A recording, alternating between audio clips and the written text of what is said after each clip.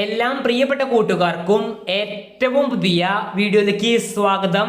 കീം 2025 സംബന്ധിച്ച് വളരെ പ്രധാനപ്പെട്ട അപ്ഡേറ്റുകൾ ഇപ്പോൾ വന്നിട്ടുണ്ട്.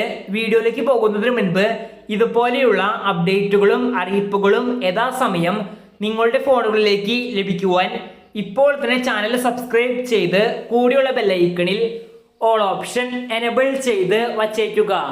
അപ്പോൾ നമുക്ക് നേരെ വീഡിയോയിലേക്ക് പോകാം. ഈ വർഷത്തെ കീം ഫസ്റ്റ് അലോട്ട്മെന്റ് തെറ്റുകൾ എല്ലാം തിരുത്തി ഇന്ന് ഔദ്യോഗികമായി എൻട്രൻസ് കമ്മീഷൻ കീമിന്റെ ഔദ്യോഗിക സൈറ്റിലൂടെ പ്രസിദ്ധീകരിക്കും. നമുക്ക് അറിയാൻ സാധിച്ച പുതിയ വിവരങ്ങൾ അനുസരിച്ച് റിസൾട്ട് ഇന്ന് അർദ്ധരാത്രിയോടെ തന്നെ സൈറ്റിൽ പബ്ലിഷ് ചെയ്യും.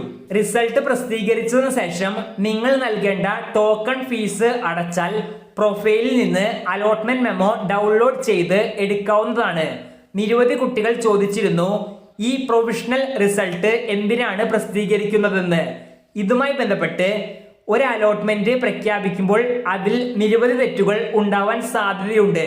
അതൊക്കെ തിരുത്തുവാൻ വേണ്ടിയാണ് മുൻകൂട്ടി അലോട്ട്മെന്റിന്റെ മാതൃക പബ്ലിഷ് ചെയ്യുന്നത്.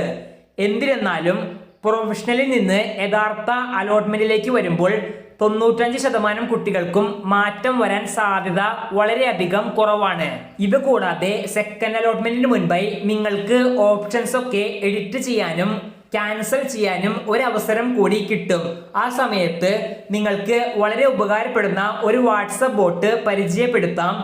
ഇതിൽ കീം സംബന്ധമായ എല്ലാ വിവരങ്ങളും സ്പോട്ടിൽ ലഭിക്കും. അതുമാത്രമല്ല, നിങ്ങൾ ഇപ്പോൾ നൽകിയ കോളേജുകളിലെ കോഴ്സുകൾക്ക് നിലവിലെ റാങ്ക് അനുസരിച്ച് സെക്കൻഡ് അലോട്ട്മെന്റിലെങ്കിലും അഡ്മിഷൻ ലഭിക്കുമോ എന്ന് അറിയുവാൻ സാധിക്കും. എല്ലാവരും പരമാവധി പരിശോധിക്കുവാൻ ശ്രമിക്കുക.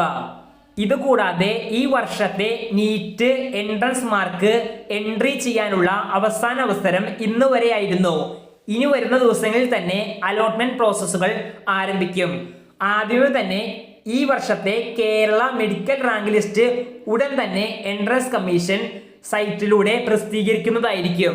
കീം സംബന്ധമായ കൂടുതൽ സംശയങ്ങൾ ഉണ്ടെങ്കിൽ ഇപ്പോൾ തന്നെ കമന്റ് ബോക്സിൽ ചോദിക്കുക. നന്ദി.